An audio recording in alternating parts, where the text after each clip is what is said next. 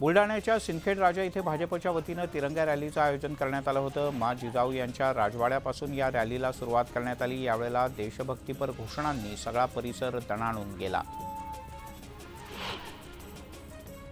स्वातंत्र्य दिनाच्या पूर्वसंध्येला उल्हासनगरमध्ये तिरंगा रॅली काढण्यात आली। विद्यार्थ्यांसह नागरिक या रॅलीत मोठ्या संख्येने सहभागी झाले होते। भाजपचे आमदार कुमार आयलानी यांनी या रॅलीचं आयोजन केलं होतं।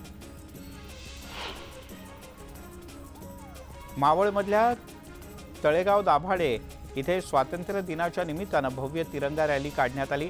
रॅलीमध्ये सीआरपीएफचे जवान आणि 242 बटालियन जवानांचा समावेश होता। भारत माता की जयच्या घोषणांनी तळेगावचा सगळा परिसर दुमदुमला। 15 ऑगस्टच्या पार्श्वभूमीवर धरणांवर सुद्धा हर घर तिरंगा या अभियानाच्या अंतर्गत रोषणाई करण्यात आली आहे। भुसावळच्या वाघूर धरणावर अशीच सुंदर रोषणाई करण्यात आली। प्रखर प्रकाश देणाऱ्या 200 वॅटच्या दिव्यांचा यासाठी वापर करण्यात आला आहे। माओवाद्यांच्या विरोधात जीवाची बाजी लावून लढणाऱ्या गडचिरोली पोलीस दलातील 17 कर्मचाऱ्यांना पोलीस शौर्य पदक जाहीर झालंय। तर एका पोलीस अधिकाऱ्याला गुणवत्तापूर्ण सेवेसाठी पदक देण्यात येणार आहे। शिवस्वराज्य यात्रेच्या निमित्तानं खासदार सुप्रिया सुळे लातूर जिल्ह्याच्या दौऱ्यावर आहेत। यावेळेला लातूर जिल्ह्याच्या निलंग्यात मराठा आंदोलकांनी सुप्रिया सुळे यांच्या गाड्यांचा ताफा अडवला। यावेळी एक मराठा लाख मराठा अशा घोषणा देण्यात आल्या। आंदोलकांनी सुप्रिया सुळे यांना निवेदन देऊन मराठा आरक्षणासंदर्भात जाब विचारला।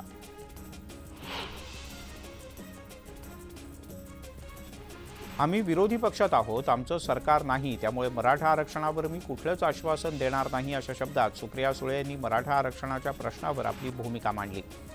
मराठा समाजाच्या वेदना मोठ्या आहेत, चर्चा केली पाहिजे आणि चर्चेतूनच मार्ग निघतो असं सुप्रिया सुळे यांनी म्हटलंय।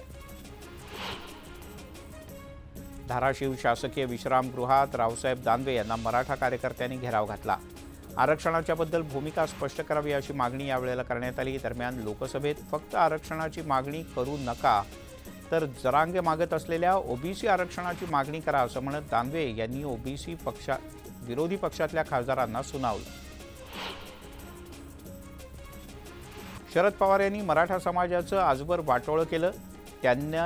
त्यांनी सुचवलेल्या 50% आरक्षणाच्या मार्गाशी आमचा काहीच संबंध नाही, तो त्यांनीच कसा देता येईल याबद्दल स्पष्टीकरण द्यावं अशा शब्दात मनोज जरांगे पाटील यांनी शरद पवार यांच्यावर टीका केली।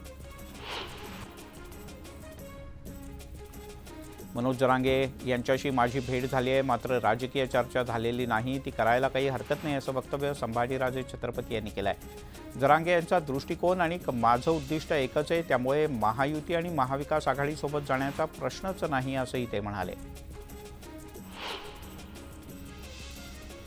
भाजपचे नितेश राणे यांनी काही दिवसांपूर्वी पोलिसांबद्दल एक वादग्रस्त विधान केलं होतं। त्यांच्या या विधानाला अकोल्यातील पोलीस बॉईज या संघटनेनं विरोध केला। नितेश राणे हे अकोल्यात एका कार्यक्रमासाठी आले असता त्यांना काळे झेंडे दाखवण्यात आले। मनोज जरांगे पाटील शांतता रॅली आटोपून आंतरवाली सराटीत पोहोचले तर जरांगे दाखल होताच विधानसभेसाठी इच्छुक असलेल्या अनेक जणांनी त्यांची भेट घेतली। यामध्ये नांदेड जिल्ह्यातील बडे नेते भास्करराव खदगावकर यांची सून मिनल खदगावकर यांचाही समावेश आहे। 16 ऑगस्टपासून जरांगे विधानसभेसाठी प्रत्यक्ष मुलाखती घेणार आहेत। 29 तारखेला आरक्षणाच्या संदर्भात निर्णय घ्या, आमचं वाटोळं केलं तर तुम्हाला खुर्चीच मिळू देणार नाही असा इशारा मनोज जरांगे यांनी दिलाय। आरक्षण द्यायला 12 महिने लागत नाहीत, भुजबळ यांच्या नादात तुम्ही सुद्धा सत्ता घालवून बसाल असं जरांगे यांनी फडणवीस यांना सांगितलंय। विधानसभा निवडणुकीत जरांगे एकही उमेदवार देणार नाहीत असा दावा केलाय ओबीसी नेते लक्ष्मण हाके यांनी।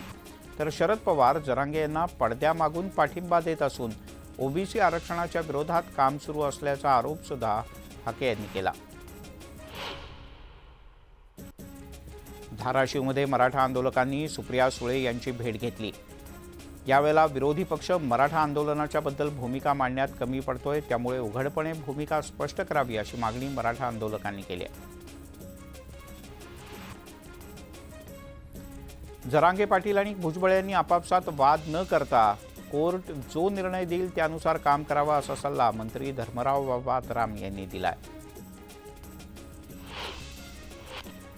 छत्रपती संभाजीनगरमध्ये मराठा मावळा संघटना आरक्षणाच्या मुद्द्यावरून आग्रही दिसली।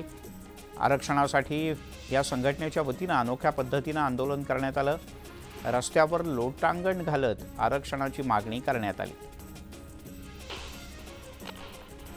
हिंगोलीच्या अंबाळामध्ये सोयाबीनच्या पिकाचं नुकसान झालेल्या शेतकऱ्यांची अनुदान यादी जाहीर करण्यात आली, पण या यादीमध्ये गावातील अनेक शेतकऱ्यांची नावं वगळण्यात आल्याचं समोर आलंय। नुकसान झालेल्या शेतकऱ्यांना सरसकट मदत मिळावी अशी मागणी करण्यात येते। हिंगोली जिल्ह्यामध्ये यंदाच्या पावसाळ्यात वार्षिक सरासरीच्या 60% पाऊस झाला, मात्र 2.5 महिन्यानंतरही जिल्ह्यातील सिंचनाचा तलाव मात्र भरलेला नाही। जिल्ह्यातील 26 सिंचन तलावांपैकी फक्त 4 तलाव 100% भरलेत। यंदा चांगला पाऊस झाला नाही तर सिंचनावर अवलंबून असलेल्या रब्बी पिकाला धोका निर्माण होण्याची शक्यता आहे। नागपूरमध्ये सायबर पोलीस बनून गंडा घालणाऱ्या एका आरोपीला अटक करण्यात आली आहे। नागपूर पोलिसांच्या नावानं बनावट आयडी तयार करून वेगवेगळ्या बँकांना मेल पाठवून त्यांच्या ग्राहकांची खाती गोठवण्याचा आरोप शुभम साहू आणि अनिल सिंग यांच्यावर आहे। या दोघांनाही पोलिसांनी ताब्यात घेतलाय। म्हाडाकडून 2024 साठी एक जाहिरात प्रसिद्ध करण्यात आली आहे, तर एका अज्ञातानं म्हाडाची बोगस साईटच तयार केली आहे। ज्यांनी म्हाडाची बोगस साईट तयार केली आहे त्यांच्या विरोधात आम्ही तक्रार दाखल केली असून त्यांच्यावर कठोर कारवाई केली जाईल अशी माहिती अतुल सावे यांनी दिली। म्हाडाच्या अधिकृत वेबसाईटवरती जाऊनच अर्ज करा असंही त्यांनी नमूद केलं।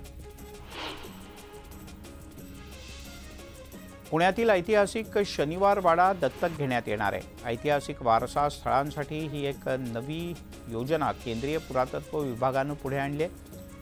पुणे शहरासह जिल्ह्यातील एकूण 5 ऐतिहासिक वारसा स्थळं यात दत्तक घेतली जाणार आहेत।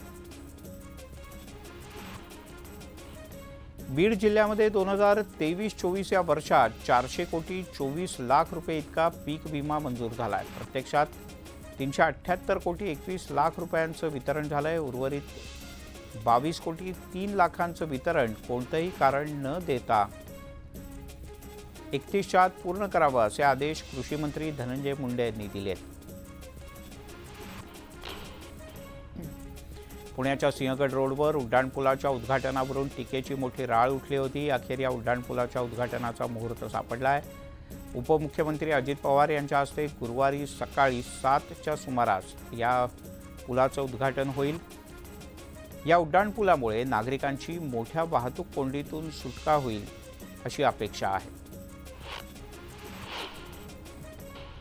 ठाण्यातील बाळकुंभ परिसरातील सोन्या चांदीच्या एका दुकानावर दिवसाढवळ्यात दरोडा पडल्याची घटना समोर आली। ज्वेलर्सचा मालक सुरेश जैन याच्यावर सुद्धा दरोडेखोरांनी हल्ला केला। जैन यांनी मोठं धाडस दाखवत एका दरोडेखोराला पकडलं, तर बाकी 3 दरोडेखोर फरार असून पोलीस त्यांचा शोध घेत आहेत। चंद्रपूर जिल्ह्यातील गडचांदूर इथे अल्ट्राटेक सिमेंट कंपनीच्या कामगारांनी कुटुंबियांच्या सोबत ठिय्या आंदोलन सुरू केलं आहे। गेल्या 8 दिवसांपासून सुधारित मजुरीचे दर आणि अन्य सुविधांच्यासाठी ही आंदोलनं सुरू आहेत। प्रशासनानं आंदोलनाची दखल घेत कामगारांना न्याय द्यावा अशी मागणी संघटनांनी केली आहे। वाशिमच्या मांडवा, जवळा, कुऱ्हा आणि मौजाबंदी यासह विविध ठिकाणी जोरदार पाऊस पडला। सलग आलेल्या या मुसळधार पावसानं सोयाबीन, तूर आणि कपाशीच्या पिकांवर मात्र आळ्यांचा प्रादुर्भाव होऊ शकतो। संततधार पाऊस, ढगाळ वातावरण आणि त्यानंतर वाढलेलं तापमान यामुळे भुसावळमध्ये संसर्गजन्य आजारांनी डोकं वर काढलंय। शहरात सर्दी, ताप, खोकल्याचे रुग्ण वाढले असून पालिका दवाखान्यात रुग्णांची संख्या 20% वाढली आहे। सोलापूर नगरपालिकेच्या आयुक्त कार्यालयासमोर तरुणानं अर्धनग्न आंदोलन केलं। माहिती अधिकाराचा अर्ज स्वीकारण्यास सोलापूर महापालिकेचे अधिकारी टाळाटाळ करत असल्याचा आरोप करत छावा संघटनेच्या अध्यक्षानं हे आंदोलन केलं। बांगलादेशामध्ये हिंदू बांधवांवर होत असलेल्या अन्याय अत्याचाराच्या निषेधार्थ कोपरगाव इथे सकल हिंदू समाजाच्या वतीनं निषेध मोर्चा काढण्यात आला। छत्रपती शिवाजी महाराज स्मारकापासून तहसील कार्यालयापर्यंत हा मोर्चा काढण्यात आला।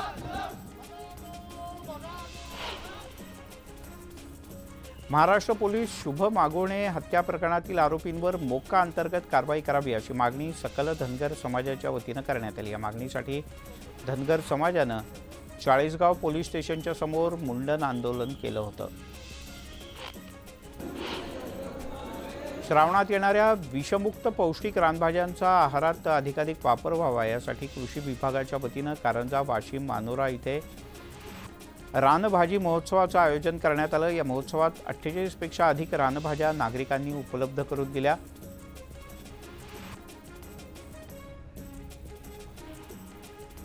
बीडच्या माजल गावात नगरपालिकेच्या समोर भाजी विक्री करणाऱ्या शेतकऱ्यांनं तीव्र आंदोलन केलं। भाजीपाला विक्रीसाठी कायमस्वरूपी कोणती जागा उपलब्ध करून द्यावी अशी मागणी होती। बीडच्या केज तालुक्यातील कोरडेवाडी इथे साठवण तलाव मंजूर करावा या मागणीसाठी ग्रामस्थांनी आंदोलन केलं। ही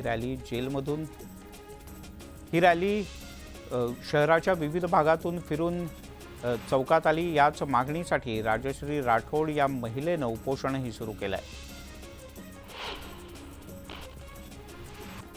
बांगलादेशमध्ये सुरू असलेल्या हिंदूंवरील अत्याचाराच्या निषेधार्थ सिल्लोडमध्ये हिंदू जनआक्रोश मोर्चाचं आयोजन करण्यात आलं। या मोर्चाच्या निमित्तानं शहरातील बाजारपेठ बंद ठेवण्यात आली आहे।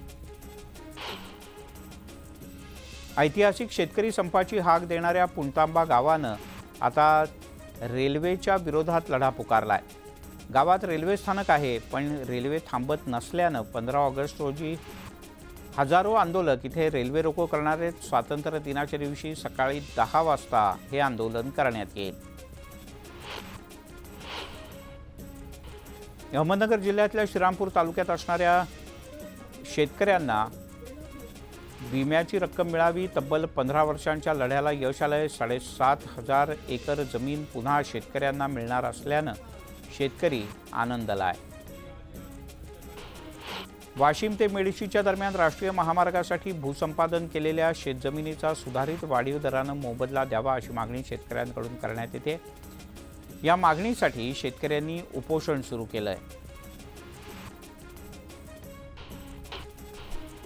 वातावरण बदलाचा परिणाम मच्छीमारीवर सुद्धा दिसून येतोय। काही अभ्यासकांनी 2049 नंतर माशांचे खोल समुद्रातले साठे संपण्याची शक्यता व्यक्त केली आहे।